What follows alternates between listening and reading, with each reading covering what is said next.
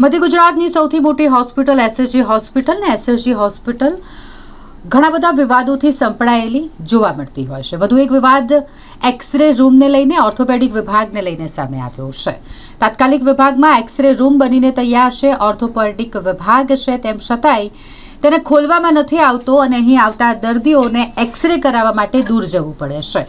આ દર્દીઓને હાલાકી ન પડે તે માટે આ એક્સરે રૂમ વહેલામાં વહેલી તકે શરૂ કરવામાં આવે તેવી સામાજિક કાર્યકરે માંગ કરી છે અને સાથે જ હોસ્પિટલ તંત્ર સામે સવાલ પણ ઊભા કર્યા છે કે જ્યારે એક્સરે રૂમ બનીને તૈયાર છે, ઓર્થોપેડિક વિભાગ છે હોસ્પિટલ પાસે, તેમ છતાંય આ ઓર્થોપેડિક વિભાગ અને એક્સરે રૂમ શરૂ કરવામાં હોસ્પિટલ તંત્રને સમય કેમ લાગી રહ્યો છે? આવા સવાલો સામાજિક કાર્યકરે ઊભા કર્યા છે। સાથે જ જે લાગતા વળગતા અધિકારીઓ હોય તે આ મામલે જવાબ આપે, વહેલામાં વહેલી તકે એક્સરે રૂમ શરૂ કરે તેવી માંગ કરી છે।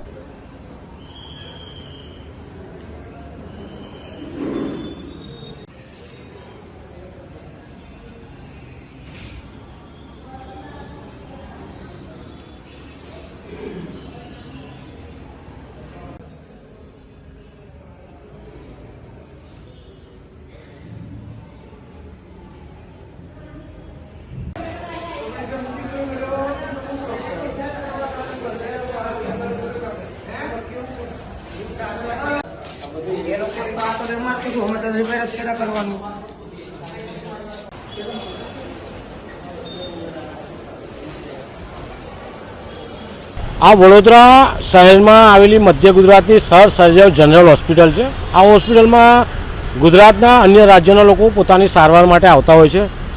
જેમ આપણે જોવા જઈએ તો એક્સરે રૂમ તેમજ ઓર્થોનો રૂમ જે છે તૈયાર થઈ ગયો છે, પરંતુ ક્યાંક ને ક્યાંક સુપ્રિન્ટેન્ડન્ટ હોય યા પીઆઈયુ હોય આ લોકોના કારણે ચાલુ થતું નથી, જેના કારણે નાગરિકોને એક્સરે કઢાવવા માટે દૂર સુધી જવું પડે છે। હાલ ચોમાસાની સિઝન છે, રોડ રસ્તા ખરાબ છે, તો આ તમામ રૂમો તૈયાર થઈ જાય ને તાત્કાલિક ધોરણે ચાલુ કરવામાં આવે તો લોકોને આવા ચોમાસામાં ચાલતા જવું ન પડે। કેમ કે જે ઓર્થોનો પણ રૂમ હજુ તૈયાર છે, ચાલુ નથી કરતા, તો એવા પેશન્ટને પણ ઠેક દૂર સુધી ચાલતા જવું પડે। તો સુપ્રિન્ટેન્ડન્ટ તેમજ જે પણ લાગતા વળગતા અધિકારીને વિનંતી છે કે આ રૂમો વહેલામાં વહેલી તકે ચાલુ કરે તેવી અમારી માંગ છે। રૂમો તો ચાલુ થઈ ગઈ એ તો સારી બાબત છે। 3 મહિનામાં કામ પૂરું કરવાનું હતું, 8 મહિનામાં કામ પૂરું કર્યું હજુ નહીં ચાલુ થયું, એનું કારણ શું? જે રીતે કોઈપણ વસ્તુનો વર્ક ઓર્ડર આપે તો 3 મહિનામાં કામગીરી પૂર્ણ કરવાની છે, ન કરે તો એને દંડ કરવાનો હોય છે।